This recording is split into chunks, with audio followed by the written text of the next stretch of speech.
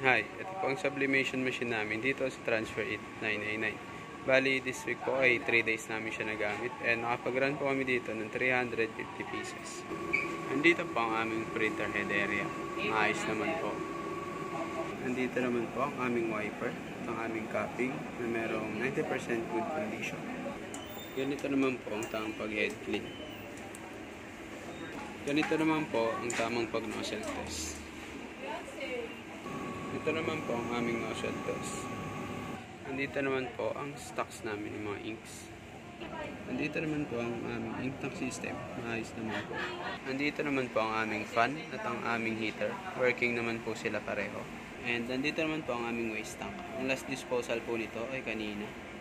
Nandito naman po ang aming daily checklist. This week naman po ay nakagamit kami ng isang sable roll. Nandito naman po ang aming daily production lab. Yun lang po. Thank you.